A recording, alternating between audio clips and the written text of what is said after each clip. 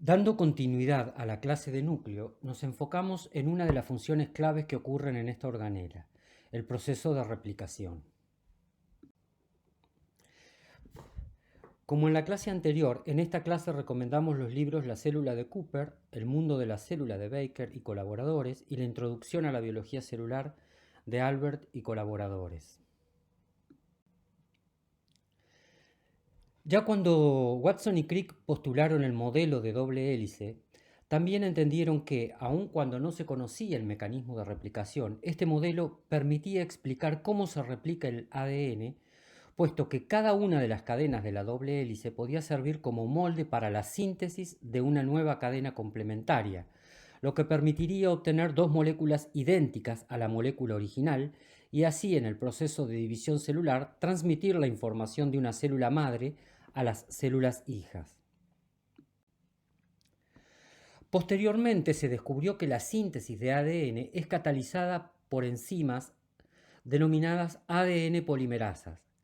Estas enzimas adicionan desoxirribonucleótidos solo sobre los extremos 3' de las cadenas nacientes. Dicha síntesis se produce empleando cada una de las cadenas de la doble hebra, las que sirven de hebra molde o patrón para la síntesis de la nueva molécula. De esta forma, las nuevas moléculas poseen una hebra parental y otra recién sintetizada, por lo que el proceso de síntesis de ADN se denomina o se asume como un proceso semiconservativo. La síntesis de las nuevas cadenas se produce a expensas de la hidrólisis de los propios desoxirribonucleótidos trifosfato que van a ser incorporados en la cadena de ADN naciente. La primera reacción se produce mediante la ADN polimerasa, que vía la hidrólisis del enlace fosfoéster que existe entre el primer y el segundo grupo fosfato, alfa y beta respectivamente. Esta reacción genera una energía libre de menos 3,5 kilocalorías mol. En un segundo paso, otra enzima denominada pirofosfatasa hidroliza el grupo pirofosfato, fosfatos beta y gamma, remanente, liberando menos 7 kilocalorías mol, lo que permite que una reacción que en principio es desfavorable pueda realizarse sin inconvenientes con un balance total de menos 10,5 kilocalorías mol. Debe recordarse que el signo negativo de la unidad de energía es indicativo de una reacción que libera energía. Cabe destacar que luego se supo que la ADN polimerasa no podía iniciar el proceso de polimerización del ADN sin la presencia de un cebador o primer de la cadena naciente, tal como se indica en la imagen de esta diapositiva. En esta diapositiva se muestran los sustratos de la reacción de polimerización requeridos en el proceso de replicación del ADN. En primer lugar, en la parte superior se muestra un desoxirribonucleótido trifosfato en el que se señalan los grupos fosfato, alfa, beta y gamma. En la figura inferior se observa tanto la hebra molde o patrón en el sector de doble hebra con un cebador o primer indicado en verde y el extremo oxidrilo 3' sobre el que se incorporará el nuevo nucleótido.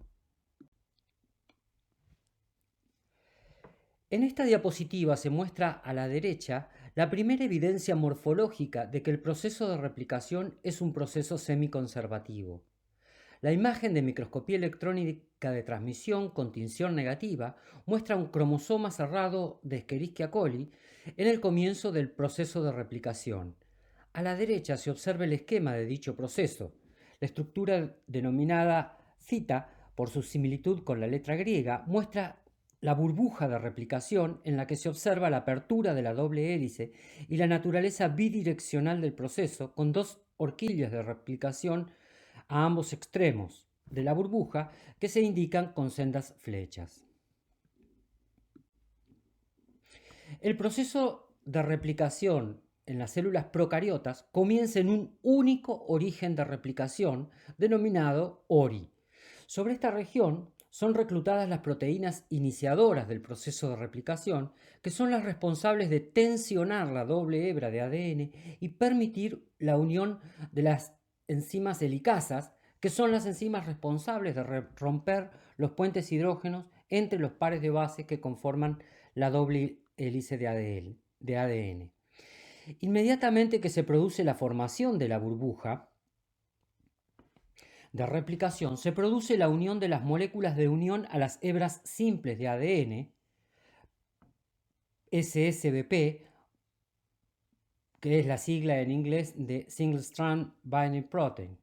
Otro paso importante que comentaremos más adelante es la actividad de una enzima denominada primasa, que es la responsable de colocar un cebador o primer de ARN para que la ADN polimerasa inicie el proceso de replicación. Por el contrario, en las células eucariotas, el proceso de replicación de las moléculas de ADN se produce de modo similar a las células eucariotas, pero en lugar de un único origen de replicación, existen múltiples orígenes que actúan en cada uno de los cromosomas lineales de las células eucariotas. En esta diapositiva se observa que los orígenes de replicación de las células procariotas están constituidos por secuencias particulares y específicas de las moléculas de ADN. En el caso particular de la bacteria Escherichia coli, el ORIC está conformado por 3 segmentos de 13 pares de bases cada uno, seguidos por 4 segmentos de 9 pares de bases cada uno. Estas son las regiones sobre las cuales las proteínas que inician el proceso de replicación y reclutan a las helicasas responsables de la ruptura de los puentes hidrógeno. Por otra parte, en el caso de las células eucariotas, estas también poseen secuencias específicas sobre las que se unen las proteínas del complejo de orígenes de replicación. Un ejemplo bien conocido es el de las levaduras. En la imagen se observa un elemento denominado secuencias de replicación autónoma o ARS. Este elemento contiene un segmento de 11 pares de bases, consenso, ACS, el cual es el sitio de unión específico del complejo de origen de replicación. En la diapositiva se muestran también 3 elementos adicionales, B1, B2 y B3, que individualmente no son esenciales, pero que en conjunto contribuyen a la función de las secuencias de replicación autónomas.